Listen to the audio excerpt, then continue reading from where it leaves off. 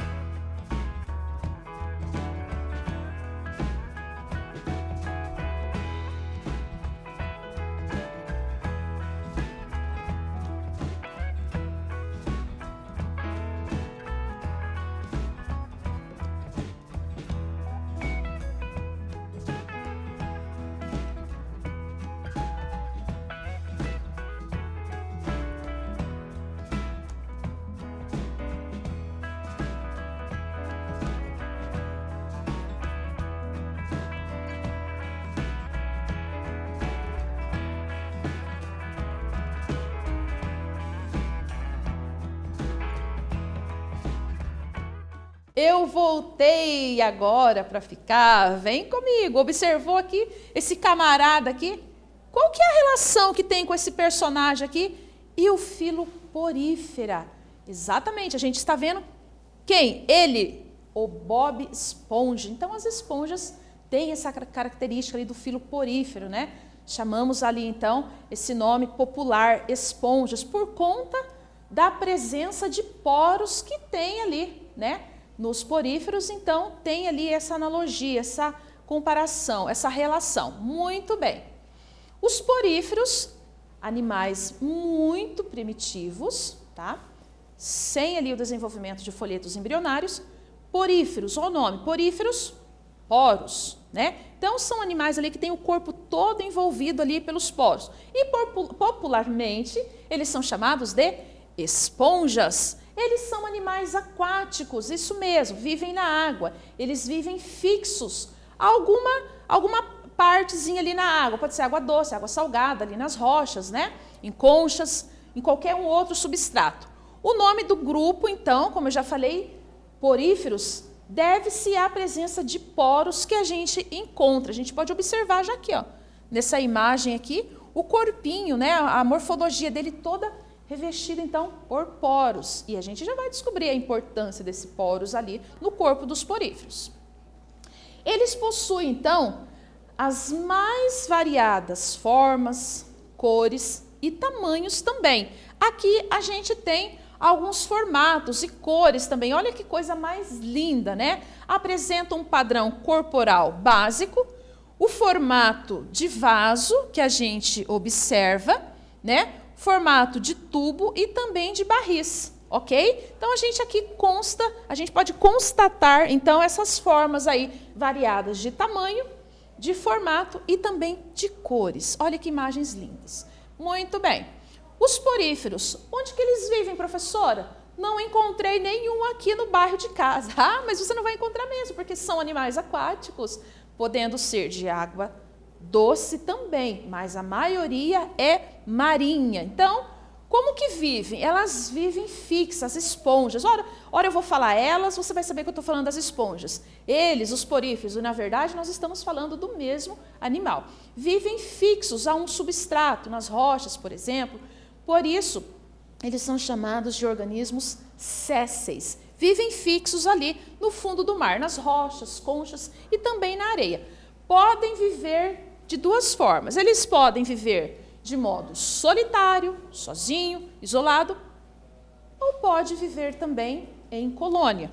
Então, aqui nós temos duas imagens que retrata exatamente o modo de vida dele aqui no habitat. A forma solitária, olha ele aqui, ó, sozinho, isolado, solitário, né? O nome já fala. E a gente observa, olha que imagem linda também. Ele vivendo em colônias, ou seja, vários organismos juntos ali. Muito bem. Os poríferos, eles não apresentam tecidos. Você sabia disso? Isso mesmo, eles não apresentam tecidos, eles não apresentam sistemas, eles não apresentam órgãos. Por isso, né, que eu falei lá inicialmente que são animais muito primitivos, porque eles não possuem o desenvolvimento de folhetos embrionários, são desprovidos, então, dessas características. Portanto, alguns dos seus processos fisiológicos são simples, exatamente, os poríferos são animais muito simples, por conta da ausência desses elementos aqui, tecidos, órgãos e sistemas. A digestão desses animais, por exemplo, é intracelular. Sim, não tem órgãos, não tem sistema digestivo ali, não tem nenhum sistema, porque não desenvolveu ali os folhetos embrionários. Então, a digestão ocorre no interior da célula, por isso que chamamos de intracelular, porque a digestão ocorre no interior das células, que eles têm bastante. Muito bem, vamos fazer uma atividade? Vem comigo, vamos lá. Falando aqui, a classificação dos organismos vivos em 5 reinos tem como base a característica desses seres e objetiva agrupar as espécies de determinado reino, de acordo com caracteres específicos. Acerca desse assunto e da diversidade da vida, comente as características marcantes das esponjas, as características marcantes, principais. Eu vou dar um tempinho para você rechear aí o teu caderno de ciências, anotando essa questão, desenvolvendo essa atividade, falando aí dessas características marcantes das esponjas. E a gente já volta para juntos conferirmos. Até já!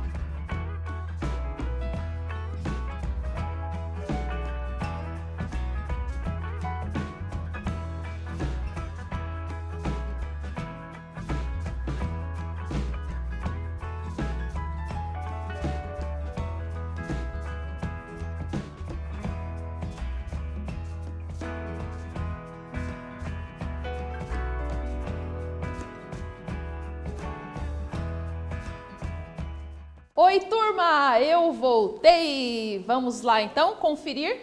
Você escreveu aí as características marcantes, as características principais das esponjas? Vamos lá, então, conferir.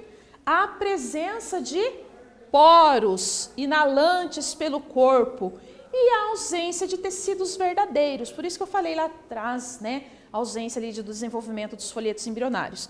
Eles não possuem, então, os tecidos verdadeiros. Bora lá, então. Parabéns aí, tá? Por você ter feito a sua atividade. É isso aí.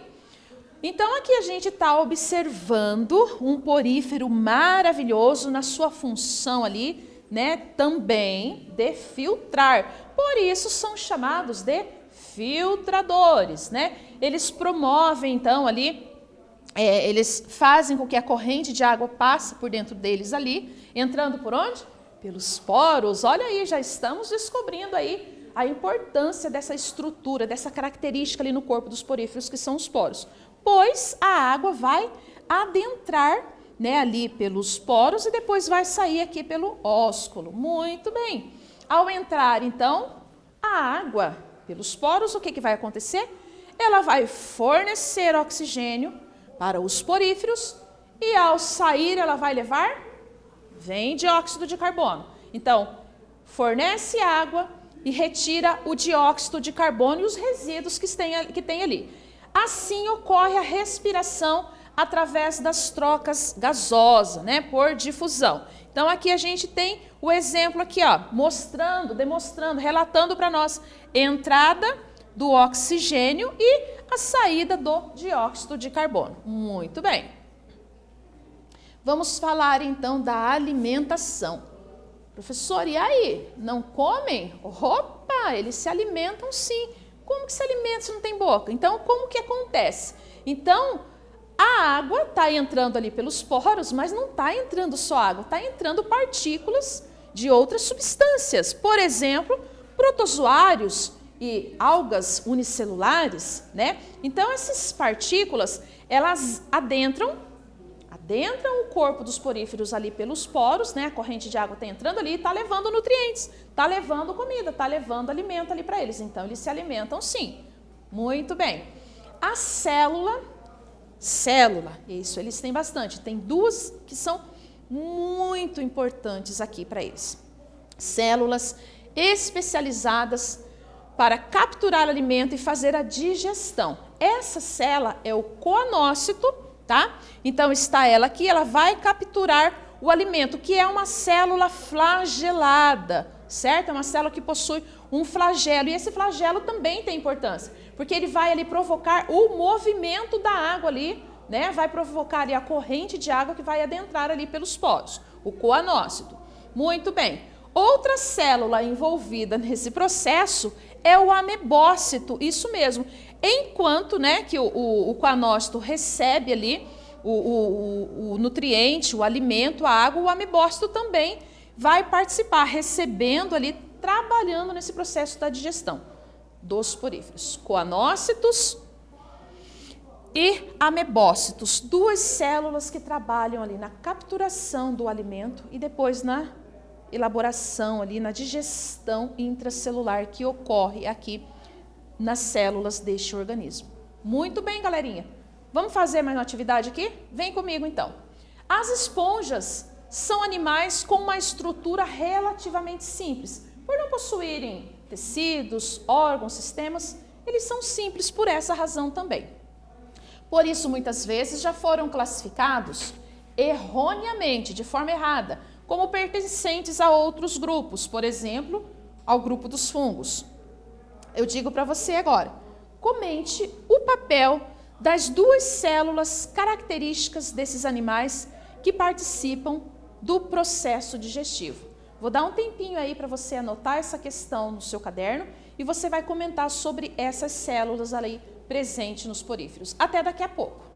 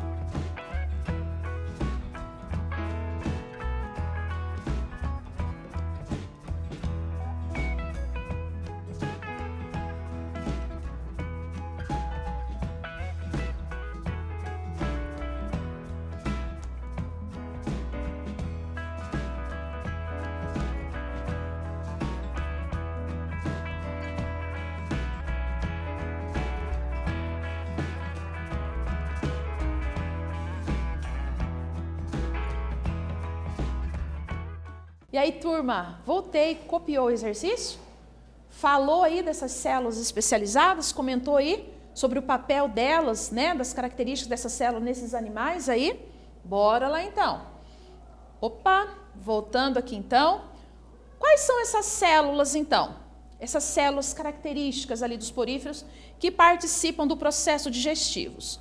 Nós estamos falando dos coanócitos, né, e dos amebócitos. Então, os coanócitos são as células flageladas, aquelas células que possuem flagelo, que vai auxiliar ali na movimentação para a movimentação, a corrente da água, que tem função de movimentar e capturar a água. Olha aí, para assim retirar os nutrientes. Olha aí como que dá a captura, né, do alimento, movimentando ali a corrente de água. Em seguida, esses nutrientes são enviados a quem? Aos amebócitos, outra célula que está envolvida no processo digestivo, que transportam para as células das esponjas. E lá ocorre, enfim, a digestão intracelular. Ok? Muito bem. Por não apresentarem um sistema especializado nas trocas gasosas, a mesma ocorre por difusão.